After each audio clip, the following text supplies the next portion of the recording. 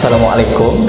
Kapsul APM edisi 28 September 2022 bersama saya Lieutenant Muda Pertahanan Awam Fian Syafiq Sulaiman dan rakan penyampai, dan saya Lieutenant Muda Pertahanan Awam Nur Farhana Syahinas Abdul Jamil Khair. Paparan menarik kapsul APM minggu ini: PASPA sertai operasi mencari dan menyelamat Oxley Tower Jalan Ampang, Bengkel Pengurusan Bencana Pusat, Monsun Timur Laut APM perkemas kekuatan anggota dan aset, Latihan Amal Eksperisai Pantera KLIA 2022, Bengkel Analisis dan Peranan Pegawai Perhubungan Awam APM, dan lawatan kerja yang amat setia Timbalan Ketua Pesuruhjaya Operasi ke APM Daerah dan Negeri Sabah. Pasukan anggota Pasukan Khas Pertahanan Awam PASPA bergegas ke lokasi kejadian bangunan runtuh di Jalan Ampang pada 27 September yang lalu. Dalam kejadian yang berlaku sekitar jam 2 pagi itu, Oxley Tower yang terletak di Jalan Ampang runtuh yang dipercayai seorang mangsa telah terperangkap dalam runtuhan tersebut. Operasi mencari dan menyelamat mangsa telah bermula sebaik sahaja PASPA tiba di lokasi kejadian dan mengambil masa hampir 3 jam sebelum mangsa yang juga disahkan telah meninggal dunia berjaya ditemui kira-kira jam 5.20 pagi.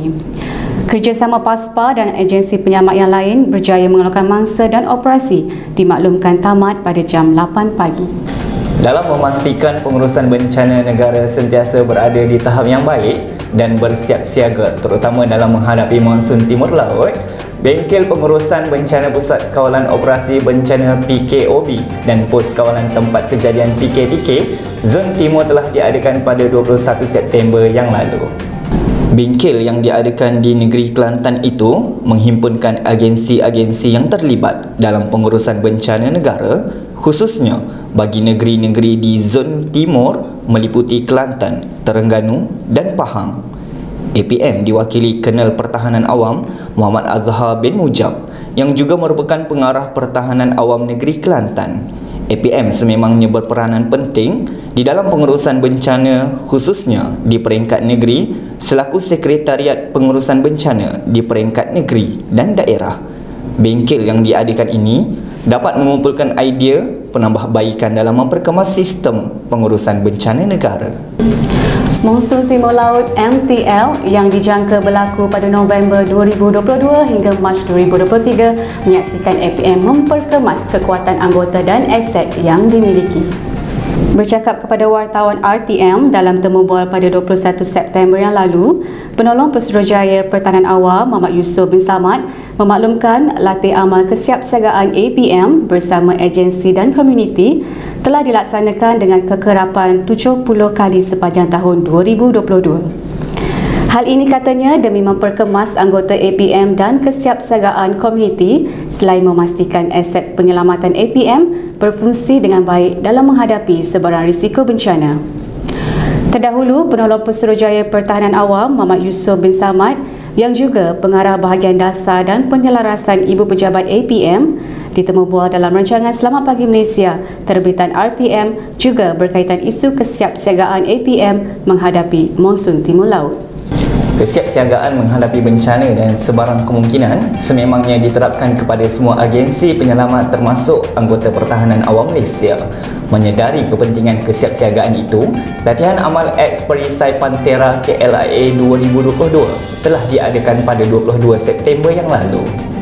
Latih amal yang berlangsung jam 12.30 tengah hari hingga 3 petang itu dilaksanakan di Gate J17 dan ADU KLIA. Seramai 9 orang anggota Pasukan Khas Pertahanan Awam PASPA terlibat dalam latih amal berkenaan, menyaksikan 144 orang terlibat sebagai mangsa situasi bencana udara di persekitaran KLIA. Objektif latih amal yang dinamakan Eksperisai Pantera ini bertujuan menguji peranan semua agensi dalam menangani sebarang kejadian bencana udara seperti yang termaktub dalam Manual Search and Rescue Kebangsaan dan Pelan Kecemasan Aerodrom KUL. Sedar akan peranan perhubungan awam dalam mempromosikan dan mendekatkan APM kepada masyarakat umum, Cawangan Perhubungan Awam dan Dokumentasi Ibu Pejabat APM telah mengadakan bengkel analisis dan pemantapan tugas serta peranan pegawai perhubungan awam APM pada 26 hingga 28 September 2022. Bengkel yang diadakan di Akademi Latihan Pertahanan Awam Alfa Bangi itu dihadiri pegawai-pegawai perhubungan awam APM dari seluruh negara dan Institut Latihan Pertahanan Awam. Yang amat setia Tuan Aminur Rahim bin Mohamad, Ketua Pesuruhjaya APM, turut hadir di awal bengkel dan sempat bersua muka dengan pegawai-pegawai perhubungan awam APM serta berinteraksi bersama mereka yang menjadi tulang belakang menghebatkan fungsi, program dan aktiviti APM di negeri-negeri dan pusat latihan. Yang amat setia Pesuruhjaya Pertahanan Awam Dr. Haji Nora Hafifi Haji Ismail, Timbalan Ketua Pesuruhjaya Operasi APM, melakukan lawatan kerja ke APM daerah dan APM Negeri Sabah. Pada 26 September yang lalu, Timbalan Ketua Pesuruhjaya Operasi itu telah melakukan lawatan kerja ke APM daerah Penampang bagi melihat pengurusan pengoperasian serta menyantuni dan memberi motivasi kepada pegawai dan anggota di daerah tersebut. Hadir bersama Pengarah APM Negeri Sabah dan Pegawai Pertahanan Awam Daerah Tawau selain pegawai-pegawai bersekutu APM Negeri Sabah. Dalam lawatan berkenaan juga, beliau sempat meninjau lokasi hotspot banjir di Kampung Sugut dan bertemu dengan penduduk di kampung berkenaan bagi mendapatkan maklumat berkaitan. Bagi segmen Cakna APM minggu ini, sama-sama kita saksikan video aktiviti dan program APM yang berlangsung di peringkat daerah dan negeri.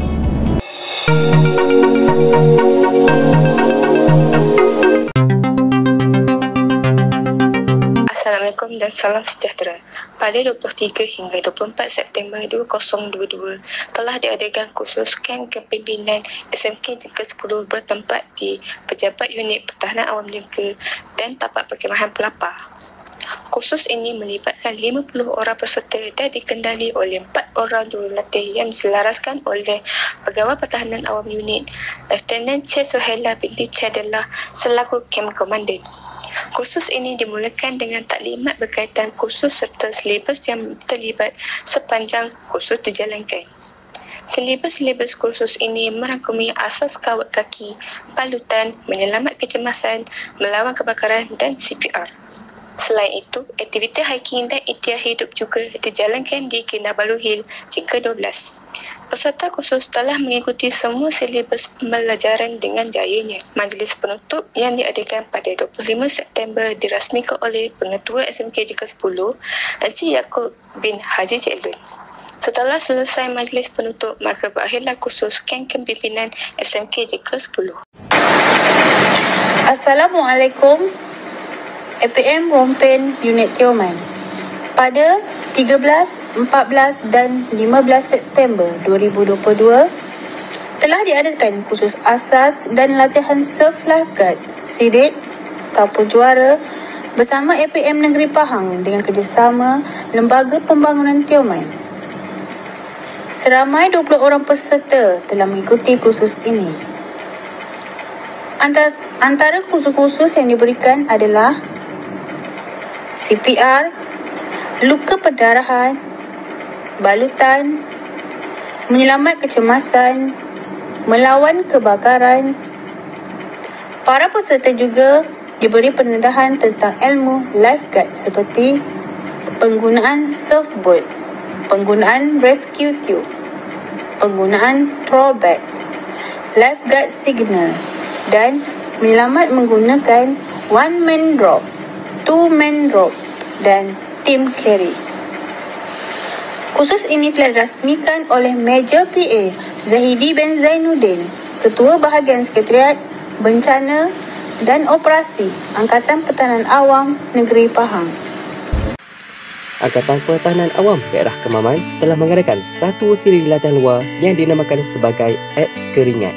Latihan ini telah diadakan di Kolej UC Tati dan Bukit Penjajat Kemaman. Latihan ini disertai 65 orang yang terdiri daripada anggota APM dan PISPA UC Tati. Latihan ini mendapat kerjasama penuh dari pihak Universiti Kolej Tati dan Polis Diraja Malaysia. Latihan berlangsung selama 3 hari 2 malam. Latihan ini diadakan bertujuan untuk menguji mental dan fizikal anggota APM.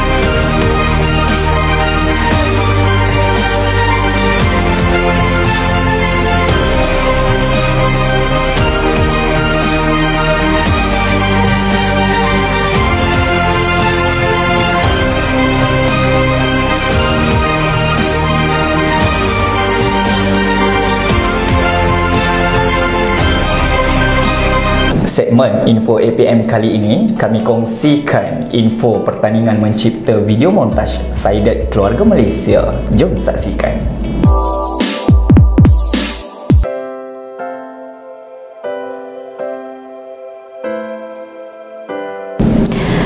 Dunia kehilangan ulama tersohor dan individu yang menjadi rujukan penting umat Islam dengan kabar duka pemergian Syekh Yusuf Al-Qaradawi di Qatar pada usia 96 tahun. Video tersebut mengisi segmen Apa yang Viral minggu ini.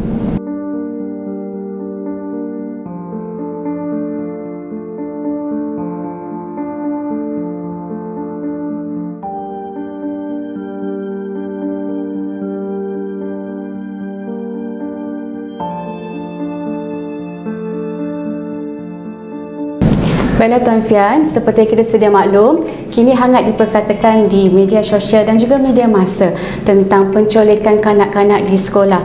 Saya selaku seorang ibu amat risau akan hal ini. Jadi, untuk itu, kami kongsikan beberapa tips penting, antaranya ajak anak untuk tidak berkomunikasi dengan orang yang tidak dikenali, dan ibu bapa perlu memastikan untuk mengambil anak di sekolah dengan lebih awal. Betul tu Tuan, saya sokong. Baiklah, sebagai penutup kapsul kali ini, saksikan bingkisan video sepanjang bengkel analisis dan pemantapan Pegawai Perhubungan Awam APM Hadi Sahih di kapsul APM. Salam hormat dan Assalamualaikum.